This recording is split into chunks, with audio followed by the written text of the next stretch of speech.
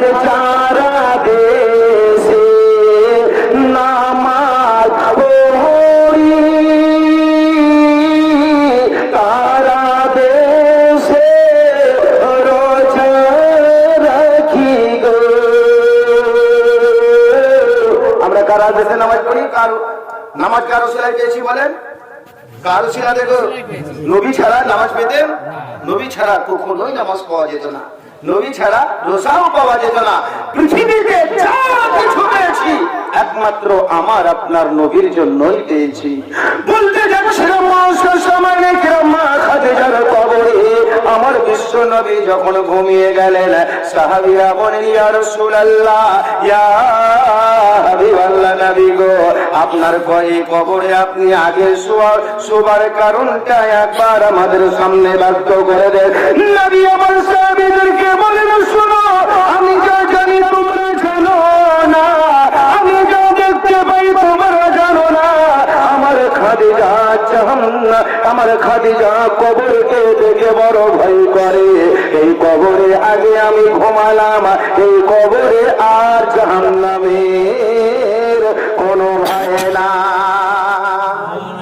তাহলে আপনার আমার যদি নবীর সঙ্গে মহব্বত থাকে, আর কবরে যদি আমি আপনি ঘুমিয়ে থাকি, ওই কবরে কিতাব লিখছে নবীর গোলামের কোনো ভয় না, কোনো ভয় নাই।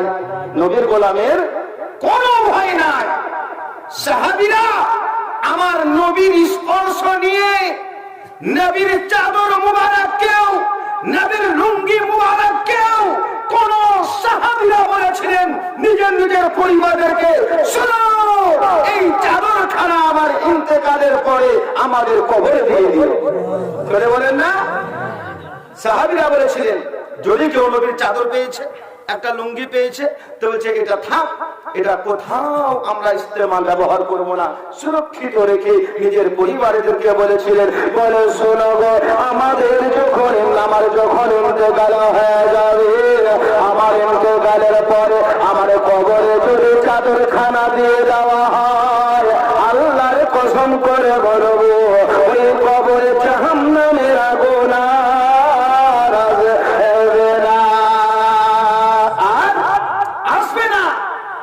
ওই নবীকে কতটা ভালোবাসতে হবে, ওই নবীকে কত পরিমাণ ভালোবাসতে হবে, মায়ের চাইতে বাপের চাইতে না, মায়ের মতো বাপের মতো না। শরিয়ত বলছে তোমার পিতা মাতার চাইতেও নবীকে বেশি ভালোবাসো। কেন? ওই অন্ধকার কবরে কাউকে তুমি খুঁজে পাবা না, যদি পাও তো দয়ার নবীকেই তুমি পাবে, যদি পাও তো দয়ার নবী ছাড়া কেউ তোমাকে আর রক্ষা করতে আসবে না। এ মুআজ্জাজ সামানি কিরাম, বিশ্ব নবীর প্রেম প্রীতি ভালোবাসা, মা খাদিজার বয়ানটা আপনাদেরকে বলছিলাম যে খাদিজার সঙ্গে আমার নবীর বিয়ের পরে নবীর দুঃখ ক্লেশ সবই দূর হয়ে গেছিল। খাদিজার এত দৌলত ছিল, এত দৌলত ছিল, খাদিজা এতে খাদিজার বাপ বিশাল বড় লোক। খাদিজার প্রথম স্বামীও অনেক টাকাওয়ালা, দ্বিতীয় স্বামীও টাকাওয়ালা, তবে ওই স্বামীদেরকে ছেড়ে আসেননি। বুঝতে পেরেছেন? স্বামীগুলো মারা গেছিল। কি হয়েছিল? মারা গেছিল। খাদিজা বলেছিল জিন্দেগিটার বিবাহ করব না, কিন্তু দয়ার নবীর প্রেমে খাদিজাই পড়ে গেছিলেন। জোরে বলুন। আজও পর্যন্ত বাংলাদেশের এক কুচোর বক্তা, বুঝতে পেরেছেন, বাংলাদেশের এক বদমাশ বক্তা, যার ইউটিউব চ্যানেলে শোনা খারাপ আছে, আব্দুর রাজ্জাক বিন ইউসুফ, এ বলছে নবীর কেমন আদব ছিল যে 40 বছরকার মেয়েকে বিয়ে করলে। বুঝতে পেরেছেন? 40 বছরকার নারীকে বিয়ে করলে, হ্যাঁ, না জেনে না শুনে বললে এ মুআজ্জাজ সামানি কিরাম। কিন্তু মা খাদিজাতুল কুবরা রাদিয়াল্লাহু তাআলা আনহা আমার দয়ার নবীর প্রেমে পড়ে গেছিলেন। খাদিজা মনে মনে করেছিলেন জিন্দেগিতে আর আমি তৃতীয় বিবাহ করব না, তবে আমার দয়ার নবীর প্রেমে পড়ে পৃথিবীতে যদি আমি কাউকে স্বামী বানাই, আমার নবীকে স্বামী বানাবো।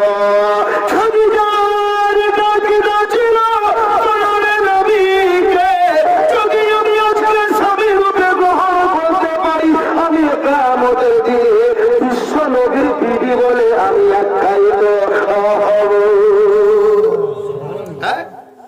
যদি আমি নবীকে বিয়ে করতে পারি তো কিয়ামতের দিনে আমাকে বলবেন নবীর বিবি, নবীর স্ত্রী। এর জন্য ওনার আকীদাটা দেখুন কত সুন্দর। আসল মর্যাদা সামাইয়ে কিরাম। তাহলে বাপ, আজ আমরা পৃথিবীতে যা কিছু করে যাব, আমার আপনার ইন্তেকালের পরেই মানুষ গাইবে, ঠিক না ঠিক?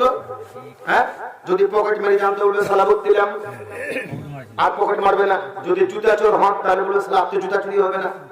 হ্যাঁ, যদি ইলজাম লাগে বেড়াতে বলছে আপনি ইলজাম লাগবে না। যেমন করে যাবেন তেমনই ফল পাবেন, যেমন করে যাবেন তেমনই মানুষ গাইবে। আসুন মহাশয় সামাইয়ে কিরাম, আমি বক্তব্য অনেকক্ষণই রাখলাম, মহব্বতের সহিতই রাখলাম। আমি প্রেম প্রীতি ভালোবাসা অন্তরে নিয়েই মহব্বত রাখলাম। ইনশাআল্লাহ আগামী কালকেও তো মাহফিল আছে, শুনতে পাবেন। হ্যাঁ ইনশাআল্লাহ বলবো। তবে বক্তব্য শুরু করার আগে মাত্র দু একটি ছন্দ আমি নাথ শরীফ গজল বলে আমি বক্তব্য সমাপ্ত করব। একবার মন ভরে প্রাণ ভরে উচ্চ স্বরে নবী মুস্তাফাকে আচির নাসির মেনে একবার মহব্বতের সহিত দরুদ পাঠ করুন। আল্লাহুম্মা সাল্লি আলা মাওলানা মুহাম্মদ ওয়া আলা আলি মাওলানা মুহাম্মদ। আমার নবী বিনে এই জীবনে আপন কেহ না, জোরে বলেন। আমার নবী বিনে এই জীবনে আপন কেহ না। আমার সঙ্গে সঙ্গে বলেন, আমার নবী বিনে এই জীবনে আপন কেহ না। মা বোনেরাও আপনারাও আস্তে আস্তে বলেন, যদি কথাটা বলেন তো নেকি পাবেন। হ্যাঁ, যতক্ষণ বলবেন নেকি পাবেন, আমল নামায় নেকি লেখা হবে। মা বোনরা আপনারাও বলেন তো আস্তে আস্তে। হ্যাঁ, আর ভাবছি আপনার ভাইরা আপনারা একটু ভালোভাবে আওয়াজ করে বলেন, একটা লাইন বলবেন আর বলবেন না। আমার নবী বিনে এই জীবনে আপন কেহ না। আমার নবী বিনে এই জীবনে আপন কেহ না। একটু ভেবে দেখো,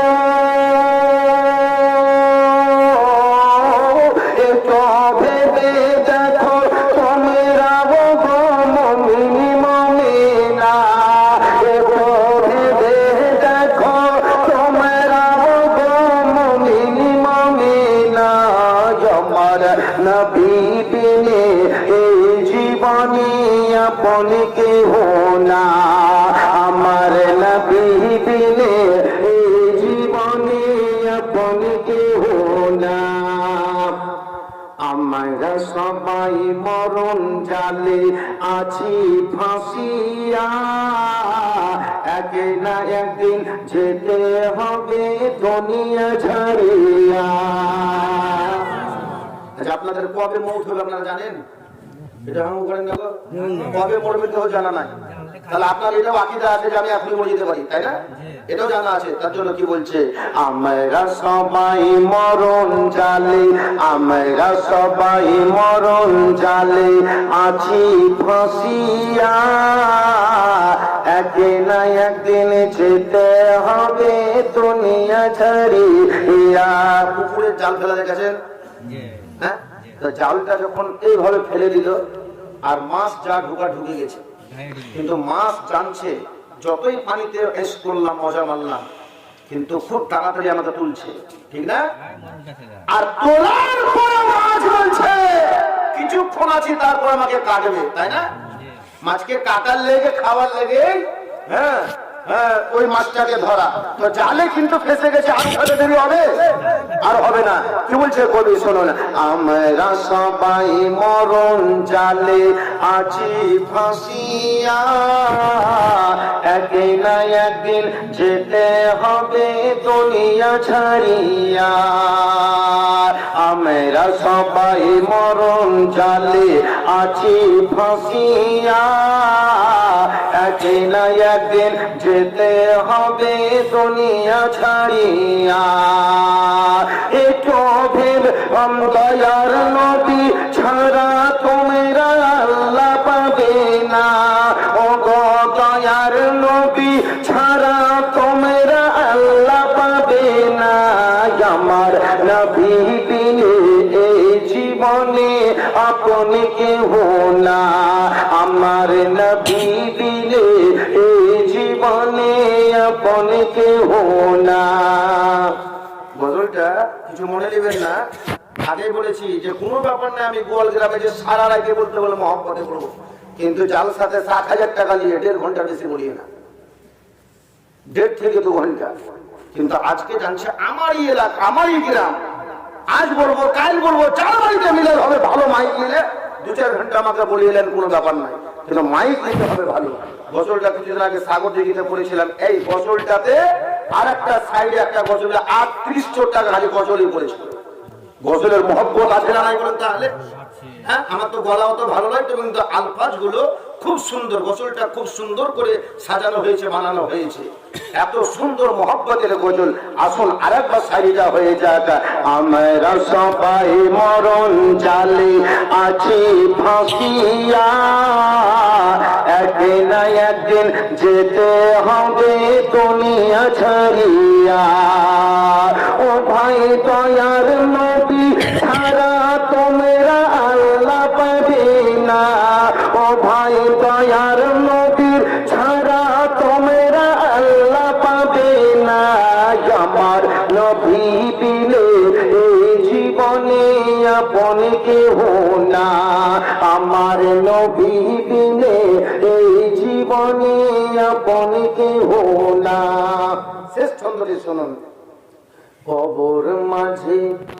শেষ ছন্দটি কি বলছে যে আপনাকে আমাকে যখন কবরে শুয়ে দেওয়া হবে, ওই মুহূর্তে পৃথিবীর কাউকে পাবেন? হ্যাঁ, কাউকে পাওয়া যাবে না। কোন মৌলবি, মৌলানা, হাফেজ, কারি, কোন বাপ মা, আত্মীয় স্বজন কেউ আসবে না। যেদিন মুনকার নাকির আপনাকে আমাকে সওয়াল করবে, যেদিন আপনাকে আমাকে সওয়াল করবে, সেই দিন আর কাউকে খুঁজে পাওয়া যাবে না, এমন প্রশ্ন হবে। যদি আপনি টুকলি করে নিয়ে যান পরীক্ষা, তখন তো আমরা টুকলি করি, তাই না? আর ওই দিন তো টুকলি করা হবে না, কিছুই টুকলি করা হবে না। এ মার্শাল সাহেব কিরাম তাহলে পৃথিবীতে যেটা আমল করে যাবেন, সেটাই হলো আপনার আসল, সেটাই হলো আসল টুকলি। মার্শাল সাহেব কিরাম, তাহলে মুনকার নাকিরের সওয়ালের জবাব আমাদেরকে অবশ্যই দিতে হবে। জোরে বলুন সুবহানাল্লাহ। যেদিন কবর মাঝে মা বাবাকে দেখা যাবে না, যাকে দেখবেন তিনি হলেন শাহে মদিনা। জোরে বলুন সুবহানাল্লাহ, আরো মহব্বতে বলুন সুবহানাল্লাহ। কবর মাঝে মা বাবাকে দেখা যাবে না, আর যাকে দেখবেন তিনি হলেন শাহে মদিনা। ওই নবীজির ভালোবাসা ছাড়া খোদা রাজি হবে না। ওই নবীজির ভালোবাসা ছাড়া খোদা রাজি হবে না। আমার নবী বিনে এই জীবনে আপন কেহ না, আমার নবী বিনে এই জীবনে আপন